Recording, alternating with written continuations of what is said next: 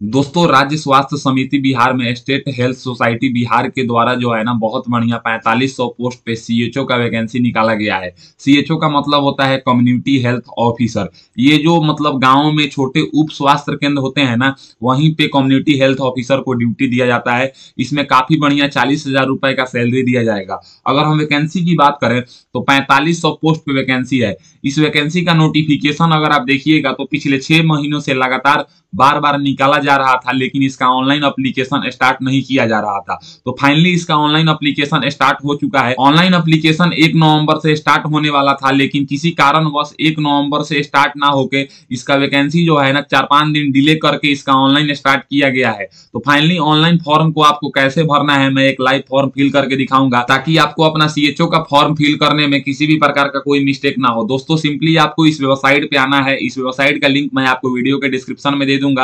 आप वहां पे जैसे ही क्लिक करेंगे तो यहाँ पे आ जाएंगे। यहाँ पे अगर हम क्विक लिंक्स की बात करें तो बताया गया है कि सबसे पहले एडवर्टाइजमेंट है। आप यहाँ से एडवर्टाइजमेंट डाउनलोड करके पढ़ सकते हैं। डिटेल्स, इंस्ट्रक्शन है, एनेक्सर 1 है, सिक्योरिटी बॉन्ड है, ये सब आप यहाँ से देख सकते हैं। यहाँ पे अगर आप देखिएगा तो बोला गया है welcome to state health society Bihar recruitment portal. यहाँ पे आप देखिएगा तो announcement online application form is live. अब आपको सिंपली यहाँ पे रजिस्टर के ऑप्शन पे क्लिक करना है। जैसे ही आप रजिस्टर के ऊपर क्लिक करेंगे तब आपको यहाँ पे जो है ना रजिस्ट्रेशन का सेक्शन आएगा, जिसमें सबसे पहले आपको अपना पूरा नाम 10वीं के सर्टिफिकेट के अकॉर्डिंग फिल करना है। फिर यहाँ पे आपको अपना एक यूजर नेम फिल करना है। अगर हम यूजर नेम की बात करें तो आपको जो है ना स्मॉल लेटर में यहाँ पे अपना कुछ भी यूजर नेम फिल कर सकते हैं। चाहे तो आप अपना नाम फिल कर सकते हैं या कुछ भी आप फिल कर लीजिएगा यूजर नेम के तौर पे। फिर यहाँ पे आपको अपना एक वैलिड ईमेल आईडी फिल करना है। फिर यहाँ पे आपको अपना एक वैलिड मोबाइल नंबर फिल करना है और उसके बाद यहाँ पे आपको इस बॉक्स में एक पासवर्ड फिल करना है। अगर हम पासवर्ड की बात करें तो मान लीजिए कि अगर आपका नाम ऋतिक कुमार है तो आप कुमार@123 पासवर्ड इस टाइप से बना सकते हैं। पासवर्ड फिल करने के बाद आपको सिंपली यहाँ पे साइन अप के ऊपर क्लिक करना है। जैसे ही आप साइन अप के ऊपर क्लिक करेंगे तो आपके सामने यहाँ पे आएगा ईमेल वेरिफिकेशन कोड। आपके ईमेल आईडी पे एक वेरिफिकेशन कोड भेजा गया है, उसको आपको यहाँ पे लिख लेना है। उसके बाद नीचे है मोबाइल वेरिफिकेशन कोड, तो आपके मोबाइल नंबर में मैसेज के थ्रू एक वेरिफिकेशन कोड भेजा गया है, उसको आपको इस बॉक्स में लिख लेना है। दोनों वेरिफिकेशन कोड लिखने के बाद आपको सिंपली वेरीफाई के ऊपर क्लिक करना है। जैसे ही आप वेरीफाई के ऊपर क्लिक करेंगे तब आप यहाँ पे जो है ना साइन इन वाले सेक्शन में आ जाएंगे। यहाँ पे जो यूजर नेम आपने रजिस्ट्रेशन के टाइम पे बनाया था उस यूजर नेम को आपको यहाँ पे फिल करना है। जो पासवर्ड आप रजिस्ट्रेशन के टाइम पे फिल किए थे वही पासवर्ड आपको यहाँ पे फिल करना है। यूजर नेम और पासवर्ड फिल करने के बाद यहाँ पे लॉगिन के ऊपर क्लिक करना है। जैसे ही आप लॉगिन के ऊपर क्लिक करेंगे तो यहाँ पे आप देखिएगा तो यहाँ पे रिक्रूटमेंट ईयर बता रहा है 2024-25 और यहाँ पे एडवर्टाइजमेंट नंबर बता रहा है। पोस्ट का नाम यहाँ पे दिखा रहा है कम्युनिटी हेल्थ ऑफिसर। अब आपको यहाँ पे अप्लाई के नीचे क्लिक हियर टू कंटिन्यू का ऑप्शन है, तो आप इसके ऊपर क्लिक कीजिएगा। जैसे ही आप इसके ऊपर क्लिक करेंगे तब आपको बताया जाएगा कि आपको जो है ना टोटली 9 स्टेप में फॉर्म को भरना है, जिसमें सबसे पहले डिक्लेरेशन है। अगर हम डिक्लेरेशन की बात करें तो सिंपली आपको यहाँ पे इस डिक्लेरेशन को टिक कर देना है और सेव एंड कंटिन्यू के ऊपर क्लिक करना है। जैसे ही आप सेव एंड कंटिन्यू के ऊपर क्लिक करेंगे तब आपका यहाँ पे स्टेप 1 कंप्लीट हो चुका है। अब स्टेप 2 खुला है जिसमें डिक्लेरेशन 2 है। डिक्लेरेशन 2 में सबसे पहले बोला जा रहा है कि क्या आपके पास जो मिनिमम क्वालिफिकेशन इसमें मांगा गया है वो आपके पास है, तो आप यहाँ पे सिंपली इसको यस कर दीजिएगा। उसके बाद यहाँ पे बोला गया है have you ever been convicted in a court of law. क्या आपको मतलब कभी कोर्ट के केस उसमें कन्विक्टेड किया गया है, तो आप इसको यहाँ पे यस नो में अपने अनुसार बताएंगे। उसके बाद यहाँ पे पूछा जा रहा है have you ever been provisionally dismiss remove from compulsory retired from the service of any department, central government या स्टेट गवर्नमेंट। आपको कभी मतलब डिसमिस किया गया है सर्विस से, तो आपको इसके अनुसार आपको यहाँ पे यस नो अपने अनुसार बता देना है। उसके बाद यहाँ पे बोल रहा है आर यू सीकिंग री एम्प्लॉयमेंट सेम पोस्ट, यानी कि क्या आप सेम पोस्ट पे री एम्प्लॉयमेंट कर रहे हैं। अगर कर रहे हैं तो यस करेंगे, नहीं तो आप इसको नो कर देंगे। उसके बाद यहाँ पे बोल रहा है have you ever entered into contract a marriage with any person, यानी कि जो आपका शादी हो चुका है इसके अलावा भी आप दूसरा शादी किए हैं, तो आप इसके अनुसार यहाँ पे यस नो में करके बताएंगे। उसके बाद यहाँ पे बोल रहा है have you ever been arrested, क्या आपको कभी पुलिस के द्वारा अरेस्ट किया गया है, तो इसको भी आप यस नो में बताएंगे। उसके बाद यहाँ पे बोल रहा है हैव यू एवर बीन प्रोसेक्टेड, क्या आपके ऊपर कभी मुकदमा चलाया गया है। अगर चलाया गया है तो यस करेंगे, नहीं तो सिंपली आप इसको नो कर देंगे। उसके बाद यहाँ पे बोल रहा है have you ever been keeped under detention, क्या आपको जो है ना कभी हिरासत में रखा गया है। अगर रखा गया है तो यस करेंगे, नहीं तो सिंपली आप इसको नो करेंगे। फिर यहाँ पे बोल रहा है have you ever been bound down, क्या मतलब आपके ऊपर कभी बंधन में बंधे हैं, मतलब अभी अगर बंधे हैं तो आप इसको यस करेंगे, नहीं तो आप सिंपली इसको नो कर देंगे।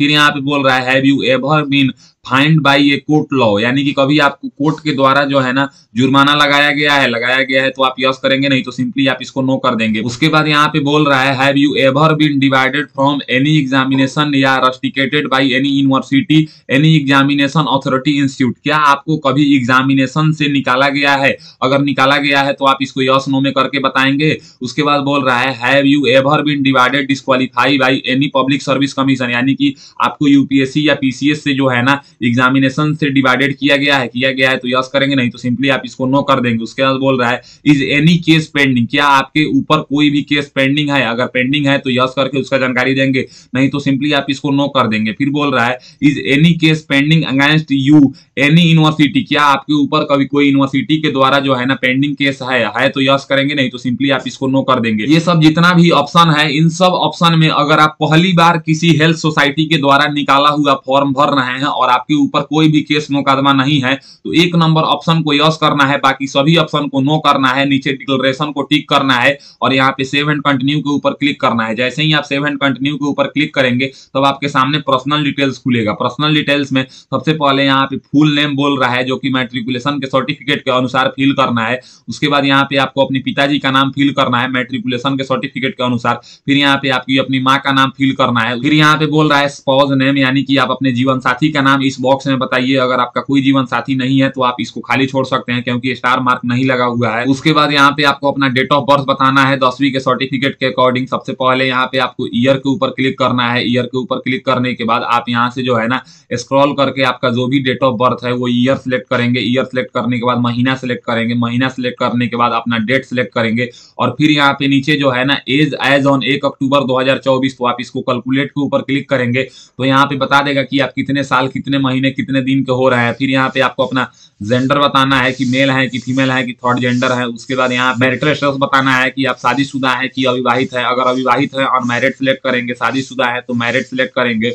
उसके बाद यहाँ पे अल्टरनेट मोबाइल नंबर बोल रहा है। अगर आप अल्टरनेट मोबाइल नंबर देना चाहते हैं तो यहाँ पे फिल कर सकते हैं, नहीं तो स्टार मार्क नहीं लगा हुआ है, आप इसको खाली छोड़ दीजिएगा। उसके बाद यहाँ पे बोल रहा है कि are you permanent residence origin of state of Bihar, क्या आप जो है ना परमानेंट बिहार के निवासी हैं? अगर हैं तो सिंपली आप इसको यस करेंगे। अगर बिहार के परमानेंट निवासी नहीं है तो आप इसको सिंपली यहाँ से नो कर देंगे। अगर आप बिहार के निवासी नहीं है तो आप फॉर्म को केवल जनरल कैटेगरी से भर सकते हैं। अगर आप बिहार के निवासी हैं तो आप फॉर्म जिस कैटेगरी से आप बिलोंग करते हैं उस कैटेगरी से भर सकते हैं। उसके बाद यहाँ पे आपको अपना नेशनलिटी बताना है तो आप यहाँ से इंडियन सिलेक्ट कर लीजिएगा। उसके बाद बोल रहा है do you belong to any reservation category, तो रिजर्वेशन कैटेगरी का मतलब हो गया अगर आप ईडब्ल्यूएस कैटेगरी से बिलोंग करते हैं, एससी कैटेगरी से, एसटी से, ईबीसी से, बीसी से, तो आपको यहाँ पे यस के ऊपर क्लिक करना है। अगर आप रिजर्वेशन कैटेगरी से बिलोंग नहीं करते हैं यानी कि जनरल कैटेगरी से आते हैं तो आपको यहाँ पे ये वाला ऑप्शन यहाँ से जो है ना नो कर देना है। फिर यहाँ पे बोल रहा है रिजर्वेशन क्लेम कैटेगरी, आप किस कैटेगरी से बिलोंग करते हैं? तो यहाँ पे बीसी है, ईबीसी है, एससी है, एसटी है, ईडब्ल्यूएस है। तो आप जिस भी कैटेगरी से बिलोंग करते हैं उस कैटेगरी को यहाँ पे सिलेक्ट करेंगे। कैटेगरी क्लेम करने के बाद बोल रहा है डू यू हैव अपना कैटेगरी सर्टिफिकेट, यानी कि आप जिस कैटेगरी को चूज करेंगे वो कैटेगरी सर्टिफिकेट आपके पास है तो ये वाला ऑप्शन आप यहाँ से यस करेंगे।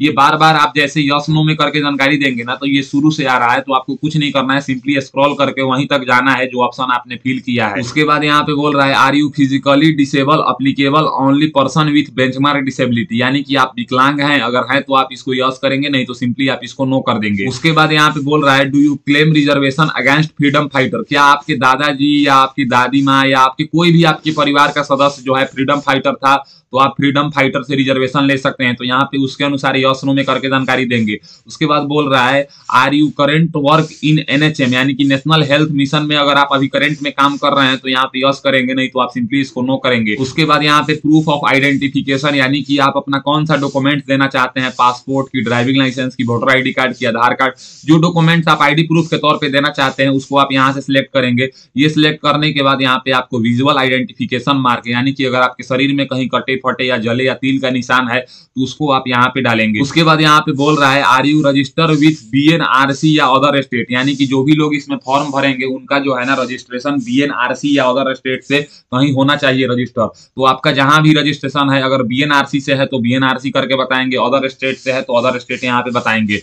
ये सिलेक्ट करने के बाद यहाँ पे रजिस्ट्रेशन ईयर, आपने अपना रजिस्ट्रेशन किस साल कराया था। उसके बाद यहाँ पे आपको अपना रजिस्ट्रेशन नंबर फिल करना है और फिर यहाँ पे रजिस्ट्रेशन सर्टिफिकेट क्या आपके पास है तो सिंपली आप इसको यहाँ पे यस कर देंगे। उसके बाद यहाँ पे बोल रहा है is correspondence address and permanent address same, क्या आपका जो है ना अस्थायी पता और पत्राचार का पता दोनों सेम है तो सिंपली आप इसको यस करेंगे। और यहाँ पे आपको अपना पूरा एड्रेस फिल करना है, जैसे कि विलेज का नाम, पोस्ट ऑफिस का नाम, पुलिस स्टेशन का नाम, यहाँ पे स्ट्रीट का नाम बताइए, फिर यहाँ पे नेम ऑफ सिटी बताइए, उसके बाद यहाँ पे पिन कोड बताना है, अपना डिस्ट्रिक्ट का नाम बताना है और फिर यहाँ पे स्टेट का नाम आपको चूज करना है। ये सब फिल करने के बाद आपको सिंपली यहाँ पे सेव एंड कंटिन्यू के ऊपर क्लिक करना है। जैसे ही आप सेव एंड कंटिन्यू के ऊपर क्लिक करेंगे तब आपका यहाँ पे पर्सनल डिटेल्स भी सेव हो चुका है। अब आपके सामने एजुकेशन क्वालिफिकेशन खुला है। एजुकेशन क्वालिफिकेशन में यहाँ पे क्वालिफिकेशन एसेंशियल बोल रहा है, तो आप यहाँ पे बताएंगे कि आप कौन सा क्वालिफिकेशन आपके पास है, जैसे कि बीएससी नर्सिंग है विथ सीसीएच कोर्स या पोस्ट बीएससी नर्सिंग है विथ सीसीएच कोर्स, यानी कि जो सीसीएच कोर्स है ये कंपल्सरी है, ये आपके पास होना चाहिए। या अगर आपने general nurse and midwifery GNM का कोर्स किया है सीसीएच कोर्स के साथ तो बताएंगे, या बीएससी नर्सिंग किया है इंटीग्रेटेड कैरिकुलम के साथ, या पोस्ट बीएससी नर्सिंग किया है इंटीग्रेटेड कैरिकुलम के साथ, तो आपको बताना है कि आप कौन सा क्वालिफिकेशन आपके पास है।